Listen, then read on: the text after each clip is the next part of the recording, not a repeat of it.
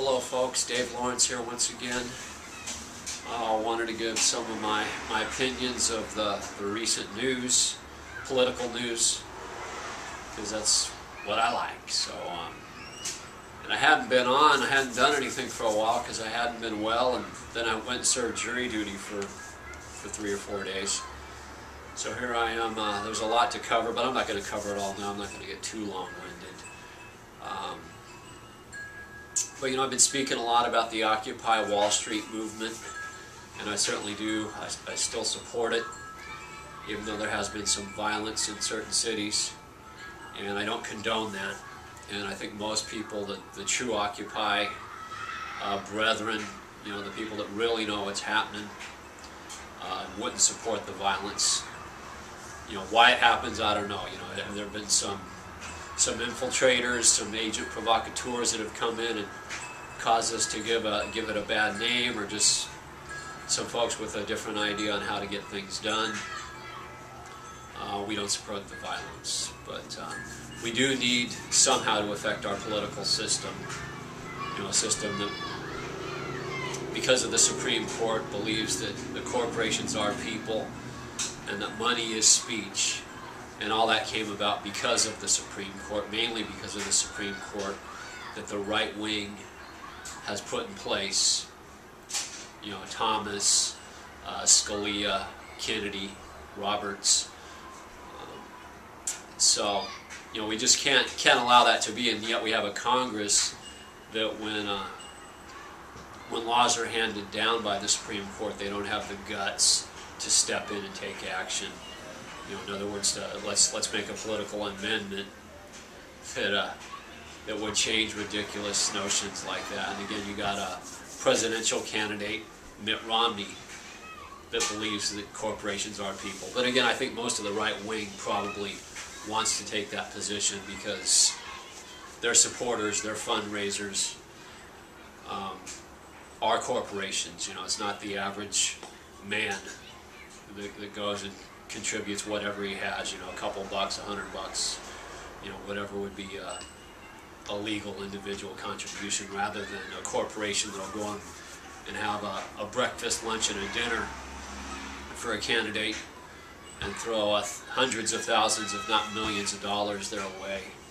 That's just something that has to change in our political system. And again, you talk about a runaway Supreme Court, and what happened when they allowed George W. Bush to become president. When they basically said, let's not recount all the votes in Florida. Potentially that state would have gone to Al Gore, and history would have been different. But we're not going to Monday morning quarterback something that happened 10 years ago. But again, it's just another symptom of what the Supreme Court is up to, and we need politicians that are going to change that in Washington, D.C., whether it be the Senate or the Congress, or maybe even a president that'll stand up to the Supreme Court. And a couple other things of note from politics these past couple weeks. I'm going to say the fall or the demise of Herman Cain as a presidential candidate because of sexual abuse allegations. So it's good to see this guy on the downward slope. Can't believe for a minute that the Republicans would have really considered him to be president. He probably wouldn't have been the nominee, but just to see this guy getting so many headlines as true presidential material doesn't make sense. So whether or not he really did do as alleged in sexually abusing 5 women or more, that haven't come forward, we'll see. It looks like at the moment Newt Gingrich is the guy that the Republicans love, but we'll see how long that love lasts when he, in the light of the scrutiny as to what kind of a person he really is and what he really did as Speaker of the House, or actually that, the fact is he was Speaker of the House, then the Republicans, kicked him out. Wow, there's a vote of support. But again, that's been a few years ago. I suppose everybody is prone to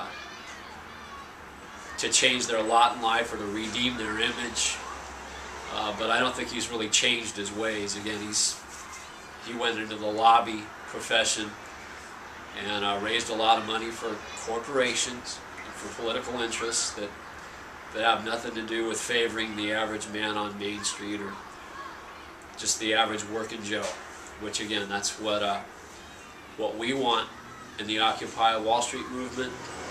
We want a Congress and a president that'll listen to us and do as we see fit, not as the corporations see fit, or as we found as the corporations are willing to pay out millions, if not billions of dollars to have legislation done in their favor. So again, we'll look forward to the rest of this Republican nomination. Probably, most likely, will be Mitt Romney, a guy who loves corporations as people. Maybe Newt Gingrich. Again, I know Governor Perry's pretty much done because he's come across as an idiot. Again, no disrespect to the governor, but again, he's just not presidential material, and we've seen he just doesn't know what it would take to be president of the United States as far as intellectual capacity or policy positions. So we'll see. Might come down to Newt and Romney. What a race. I actually wonder if the Republicans really want a guy in the White House. I think that even though they hate Obama, that until the economy is turned around, they probably don't want a Republican in there trying to right the ship. You know, I think they'd rather just continually blame it on President Obama, which is for no good reason. Again, this all started under Bush, and you know, the ship hasn't been righted yet. Republicans maybe believe that they can right it, but I think they know better. So they're just running these phony candidates out there, just trotting them out for a media show, a little circus that everybody can watch on TV or listen to on the radio. So anyway, that's all I have to say for now, folks. Thanks for hearing me. God bless. Bye for now.